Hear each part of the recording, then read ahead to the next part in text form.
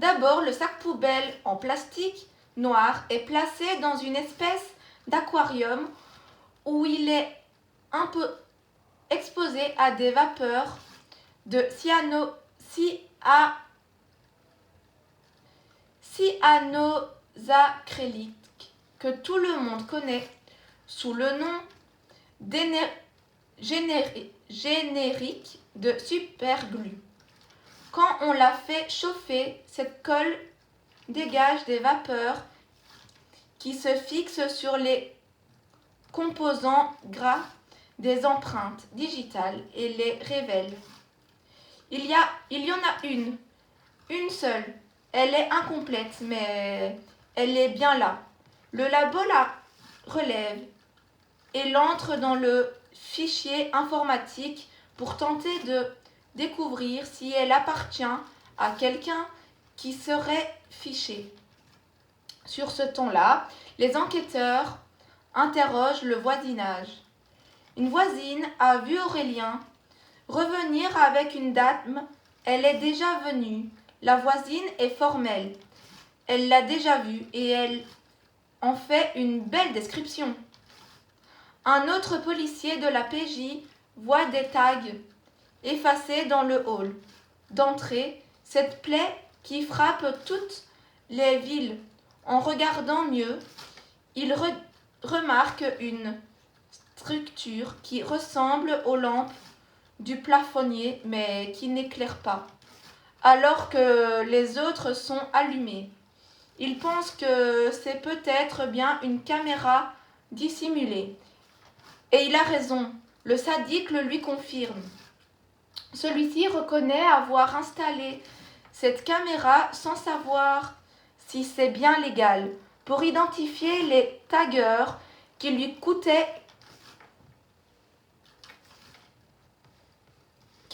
des sommes folles en nettoyage. Heureusement, la caméra enregistre et le visionnage de ces images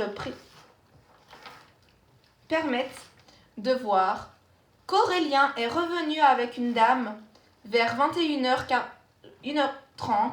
Vers 23h45, on voit un homme se baisser, ramasser un objet sur le trottoir, puis entrer dans le hall, mettre une clé dans la serrure et entrer dans l'immeuble. Vers 2h, cet homme ressort en même temps que la dame qui accompagnait Aurélien et ils s'en vont. La dame porte des objets, dont une brosse. Nul doute que ce que l'homme a ramassé au sol, ce sont les clés d'Aurélien que lui a lancées la dame.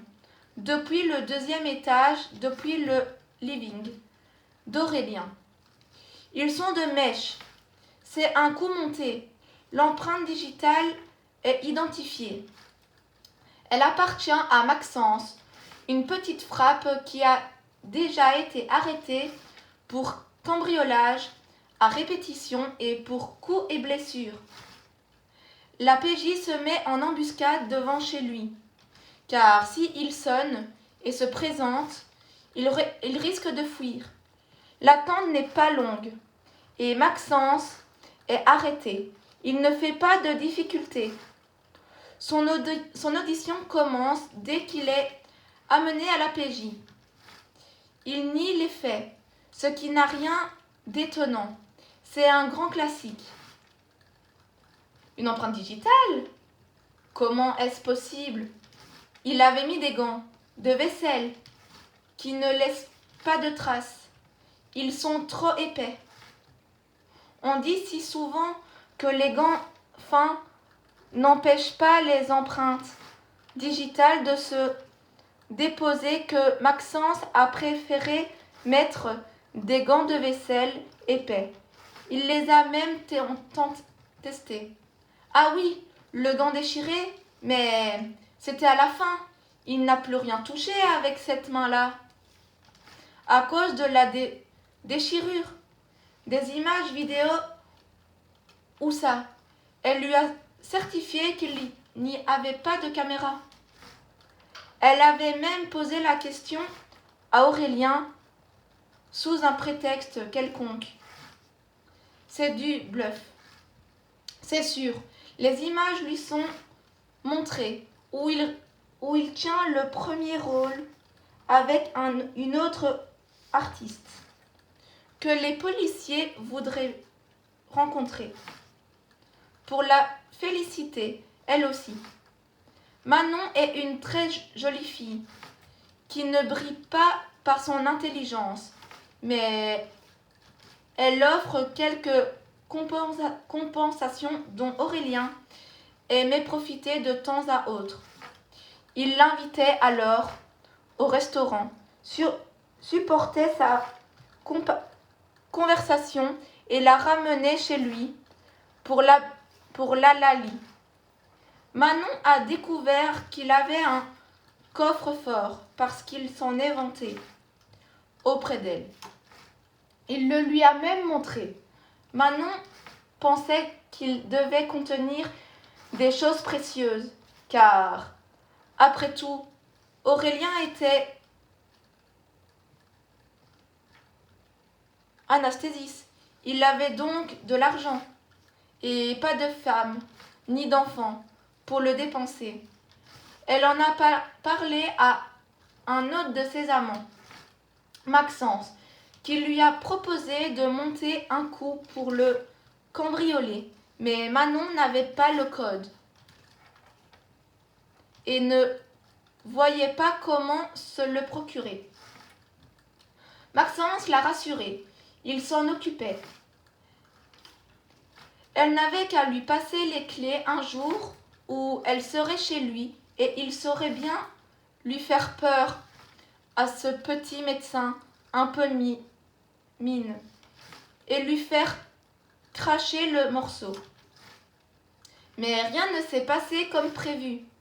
Manon lui a bien lancé les clés pendant qu'Aurélien récupérait de leur ébat, endormi sous le coup des endorphines libérées par le cerveau au moment de l'éjaculation. C'est à cause de ces substances qui provoquent le plaisir que les hommes ont tendance à s'endormir après une relation sexuelle. Maxence en a profité pour se glisser dans l'appartement. Droit devant lui, une salle de sport. Il s'est emparé d'un haltère au cas où il faudrait se montrer persuasif. Aurélien s'est réveillé au moment où Maxence posait le genou sur son lit pour l'attraper par la gorge. Surpris, il s'est débattu, mais Maxence avait plus de force que lui et serrait, mais rien ne...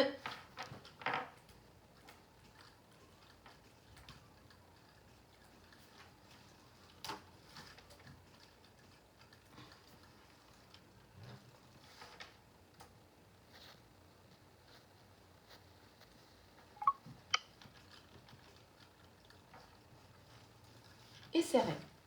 Son cou avec la main posée comme il l'avait appris d'autres petites frappes dans son genre, habitué aux coups de force. Manon a dévoilé le coffre dans la penderie. Maxence voulait la combinaison. À force d'être serré au cou, Aurélien a fini par voir des étoiles.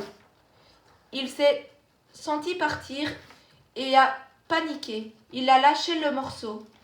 Il leur a donné le code. Maxence l'a lâché et Aurélien a récupéré tant et si bien qu'il a tenté de fuir. Mais Maxence l'a rattrapé et lui a porté un coup d'haltère au sommet du crâne.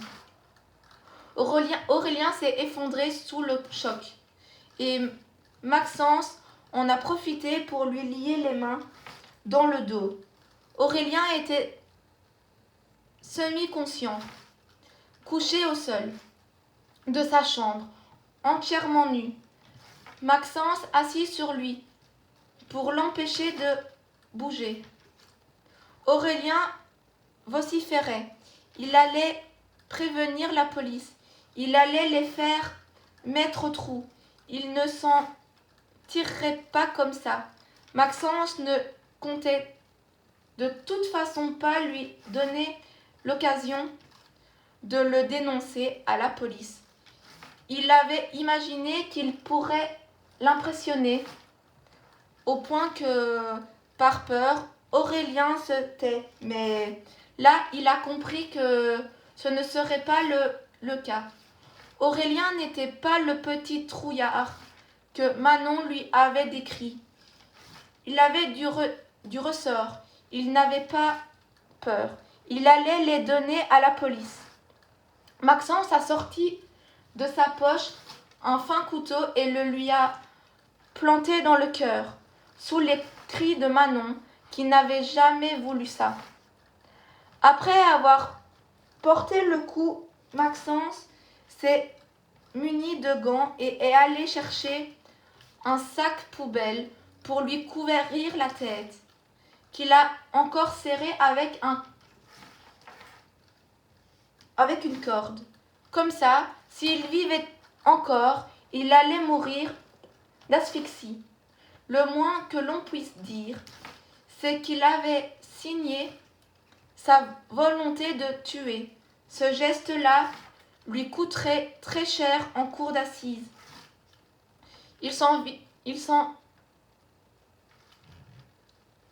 s'est vite rendu compte qu'il avait un gant troué, mais ne savait pas quand cela s'était produit.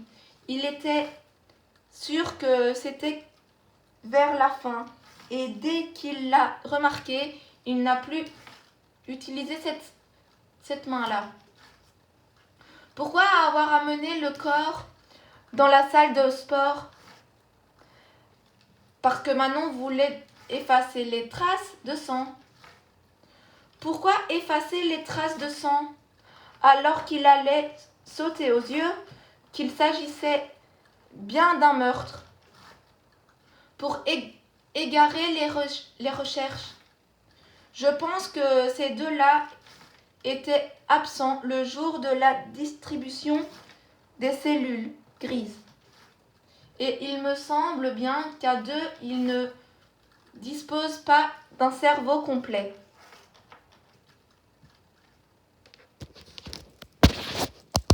Une session activée. 10 heures. Mise au point des 10 heures. 13 minutes avec des enregistrements. Commande avec des enregistrements.